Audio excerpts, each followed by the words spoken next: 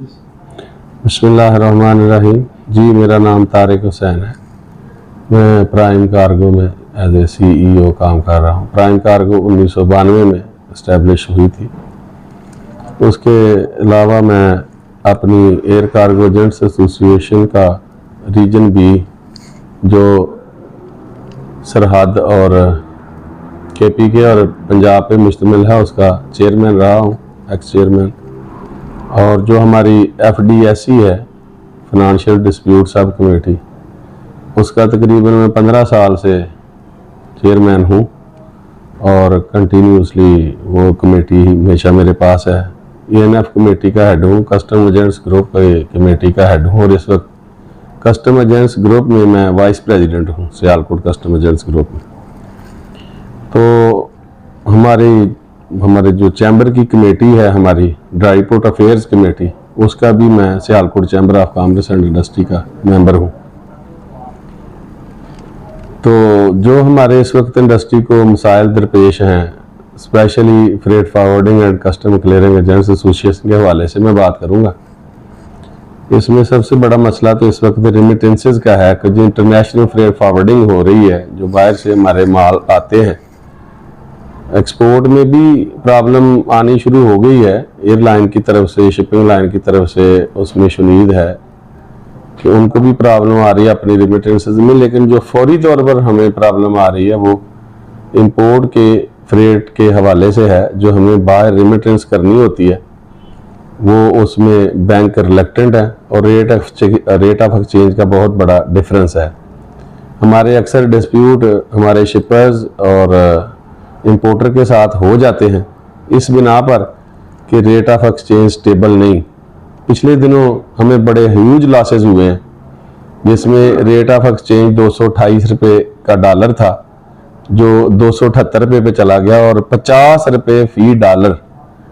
इसका मतलब है अगर 1 लाख डॉलर पे हमें अच्छा खासा लॉस उस पर हुआ, तो डिस्प्यूट अलहदा क्रिएट हो जाते हैं इंपोर्टर के साथ या कस्टमर के साथ। ये बहुत बड़ा मसला है। हमारा दूसरा बड़ा जो मसला है वो ट्रांसपोर्टेशन में और टर्मिनल्स पे टर्मिनल ऑपरेटर्स की ब्लैकमेलिंग है कि वो यहाँ होते हुए भी कंटेनर अवेलेबल होते हैं, शॉर्टेज ऑफ इक्विपमेंट का बहाना करके वो हमसे 20 से 25 हज़ार रुपये हमसे एक्स्ट्रा चार्ज कर रहे हैं। और इसमें मुख्तलिफ शिपिंग लाइन्स के लोग भी मुलव्वस हैं, क्योंकि अगर उनकी आशीर्वाद उनको हासिल ना हो तो वो ऐसा काम नहीं कर सकते।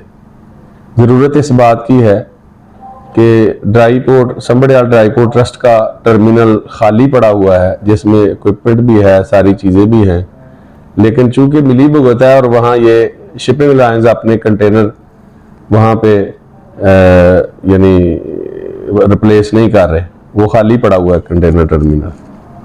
तो इनकी ब्लैकमेलिंग की वजह से ये जाहिर है कि जब हमारे ये सारे एक्सपेंस एक प्रोडक्ट पे आएंगे, एक्सपोर्ट हो या इंपोर्ट हो, तो उसमें फिर काफ़ी सारे यानी वो प्रोडक्ट महंगी हो जाएगी और दुनिया में हम मुकाबला नहीं कर सकते। चौथी बड़ी चीज़ जो है वो डिटेंशन और डैमेज है पोर्ट्स पे, और वो US डॉलर्स में है। और रेमिटेंस ना होने की वजह से ये पोर्ट्स पे हमें डॉलर में डैमेजेस और डिटेंशंस, एयर शिपिंग लाइन के कंटेनर की डिटेंशन पड़ रही है, जो बिल्कुल मतलब ये सारे पैसे मुल्क से, जब हम ज़र मुबादला के लिए टकरे मार रहे हैं तो ये सारे पैसे मुल्क से बाहर ट्रांसफ़र हो जाते हैं, जिनका कोई फ़ायदा हमारे मुल्क को नुकसान हो रहा है। तीसरी बड़ी चीज़ जो है वो no rate of the government की किसी चीज़ पे कोई रेट नहीं, कोई पुरसाने हाल नहीं, और लॉजिस्टिक्स में स्पेशली पाकिस्तान में कोई अथॉरिटी नहीं कि जहाँ पे आप इन सारी चीज़ों को एड्रेस कर सकें, कंप्लेंट कर सकें। जो हमारी मिनिस्ट्री है कम्युनिकेशन की, उसने इस शोबे में आज से तकरीबन कोई 5 साल पहले मुस्लिम लीग नून के दौर में लाहौर में एक कॉन्फ्रेंस हुई थी नेशनल लेवल पे, और उसमें यह तय हुआ था कि हम इस पर एक अथॉरिटी कायम कर देते हैं जो इन शिकायत का अजाला करेगी। उस वक्त भी मैंने यहाँ ये पॉइंट मैंने ही रेज किया था कि कोई अथॉरिटी होनी चाहिए जहां पे हम किसी भी इशू को लेके एड्रेस कर सके। तो अभी तक वो अथॉरिटी बनी नहीं, उसका कोई वजूद नहीं और ना ही कोई उसका प्लेटफॉर्म है। एक किसी के खिलाफ आप क्या कहां पे बात करेंगे, किस फोरम पे बात करेंगे? अगर आप कोर्ट में चले जाएं किसी मसले को लेके तो वो सारी दुनिया को पता है कि हमारा जो प्रोसीजर है कोर्ट का वो कितना लंबा है और कितना थका देने वाला और कितना महंगा है। तो इसलिए बदकिस्मती है कि कहाँ जाएं, किसको अपना हाले दिल कहें। ये हमारे मेजर प्रॉब्लम है इस वक्त जो हम फेस कर रहे हैं।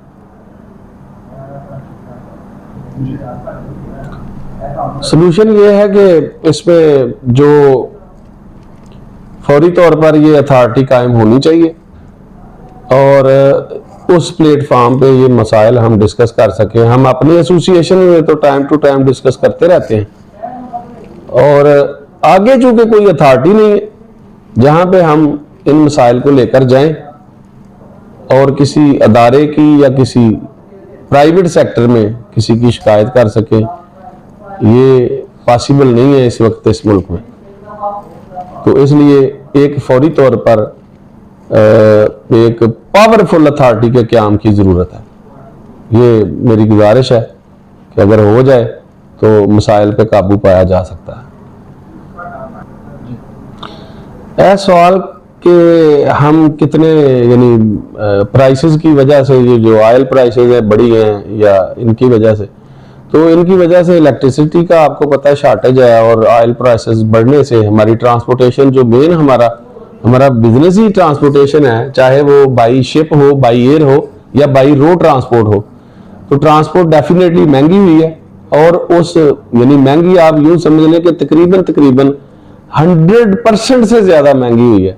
ऑयल प्राइसेस बढ़ी है 16-17% और जो हमारी कास्ट बढ़ गई है वो 100%। जो गाड़ी 40-45-50 हज़ार में लग रही थी वो अभी 1 लाख 1.25 लाख रुपए में लग रही है कराची के लिए, और उधर से जो एक गाड़ी हमें 1 लाख 1.25 लाख रुपए में मिल रही थी वो 2-2.5 लाख रुपए पे चली गई।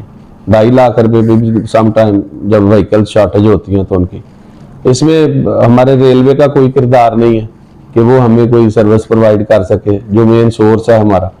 तो रोड ट्रांसपोर्ट है जिसमें हम ट्रांसपोर्ट में देखें कितने ये बड़ी बदकिस्मती है हमारी कि उसमें हमारा रोड इंफ्रास्ट्रक्चर भी तबाह हो रहा है और हमारे टायर की जो मतलब इंपोर्ट है वो भी बढ़ रही है, और ऑयल जो हमारा इतना ज्यादा ज़र मुबादला खा जाता है और जल जाता है जिसको हम रोड पे जलाते हैं। ये सब मसाइल हमारे रेमिटेंस को खा जाता है, हमारे ज़र मुबादला को ये सब चीजें खा जाती हैं। अगर रेलवे इंफ्रास्ट्रक्चर को बेहतर किया जाए तो 100% इसमें हमारा ज़र मुबादला बचेगा, टायरों के इंपोर्ट पे जो हम पैसा खर्च करते हैं वो बचेगा, हमारा टाइम बचेगा, जो सबसे कीमती चीज है कि हम बर वक्त अपनी चीजों की तरसील कराची में कर सकते हैं। गाड़ी का तो रोड ट्रांसपोर्ट है, उसमें अक्सर जो गाड़ियां हैं वो भी पुरानी हैं, कोई बड़ा फ्लीट पाकिस्तान के पास नहीं है, कोई बड़ा ट्रांसपोर्टर यहाँ पे नहीं है, कोई उसका मैकेनिज्म नहीं है, बस डेली का वो एक डांग टपाऊ प्रोग्राम है जिसमें वो लेके जाते हैं और कभी गाड़ी खराब हो गई, कभी वेजल मिस हो गया। तो ये मतलब कोई हम किसी को गारंटी नहीं कर सकते कि हम ये कार्गो आपको इस जहाज पे शिप कर देंगे या इस टाइम पे आपको पहुंचा देंगे, क्योंकि हमारे पास इंफ्रास्ट्रक्चर ही नहीं है। वो प्राइवेट सेक्टर की जो गाड़ियां हैं वो हमें वो सर्विस नहीं दे सकती। और आप इसमें देखेंगे कितना ज़र मुबादला इस पे खर्च हो रहा है और वो हम पे कर रहे हैं और इस पे किसी की तवज्जो नहीं। हम थोड़े थोड़े पैसों के लिए कभी IMF के कभी दुनिया भर के डोनर्स के पास जाते हैं, तो जो हम बचा सकते हैं उसके लिए हम कोई कोशिश ही नहीं कर रहे। बदकिस्मती ये है। तो ये मुझे लगता है कि ये अगर इस पे तवज्जो ना दी गई तो हमारी एक्सपोर्ट पहले ही 35 से 40% डिक्लाइन पे है, ये मजीद डिक्लाइन पे चली जाएगी और हम दुनिया का मुकाबला नहीं कर सकेंगे। हमें इस पे तवज्जो देने की जरूरत है। रिगार्डिंग ये जो हमारी रोड ट्रांसपोर्ट है, इस पे जब ये मुल्क में हमारे अक्सर अबतर सूरत हाल रहती है जलसे जुलूसों की वजह से, वो चाहे गवर्नमेंट कर रही हो या अपोजिशन कर रही हो, जब अपोजिशन करती है तो वो भी कंटेनरों की उनको भी जरूरत होती है, रास्ते ब्लॉक करने गवर्नमेंट है, तो उसमें इनका आसान तरीन हल है कि ये कंटेनर पकड़ लेते हैं। और कंटेनर में ये भी नहीं सोचते कि ये इसमें के अंदर कोई एक्सपोर्ट का कार्गो होगा, कोई इंपोर्ट का रॉ मटेरियल होगा जो आगे आना है, फैक्ट्री में जाना है, वो उसने बनना है, फिर एक्सपोर्ट होना है। तो इसमें कोई, फिर इसमें अथॉरिटी कोई नहीं कि वो पुलिस पकड़ लेती है, और वो कोई ऐसा दरवाजा नहीं कि हम कहाँ जाएं, किससे कहें कि वो उसको छोड़ दे। पिछले दिनों ये सियालकोट चैम्बर में जब कैसर बरियार साहब थे, तो उस वक्त पकड़ दकड़ हुई गाड़ियों की। हमने वो उन्होंने आईजी को कह के 16 गाड़ियां कराची के लिए जिनमें माल बुक था एक्सपोर्ट का, वो छुड़वाई लाहौर से। और इतने बड़े लेवल पे कौन अप्रोच करेगा और कौन किसको जाके कहेगा? तो आईजी को कहना पड़ा, कोई फोरम नहीं है इस पे, कोई किसी किस्म का कोई पुरसाने हाल नहीं है, वो गाड़ियां पकड़ लेते हैं। हमने सुना है कि बांग्लादेश में जब एक कंटेनर फैक्ट्री से निकलता है तो उसको वही एमरजेंसी के राइट्स हैं उसके रोड के ऊपर जितना कि एम्बुलेंस को है, इतनी उन्होंने प्रायोरिटी दिया। तो इसीलिए वो $45 बिलियन पे उनकी एक्सपोर्ट चली गई है, और वो 56 उनका अभी टारगेट है नेक्स्ट ईयर का। तो हम आगे की जाने की बजाय हम पीछे को जा रहे हैं। तो ये हमारा बदकिस्मती है कि कोई अथॉरिटी नहीं है इस पे। मेरा ये बहुत ज्यादा मैं जोर इस बात पे दे रहा हूँ कि कोई ऐसी अथॉरिटी हो जहां पे हम नॉक कर सके और अपने मसाइल वहां पे हम डिस्कस कर सके।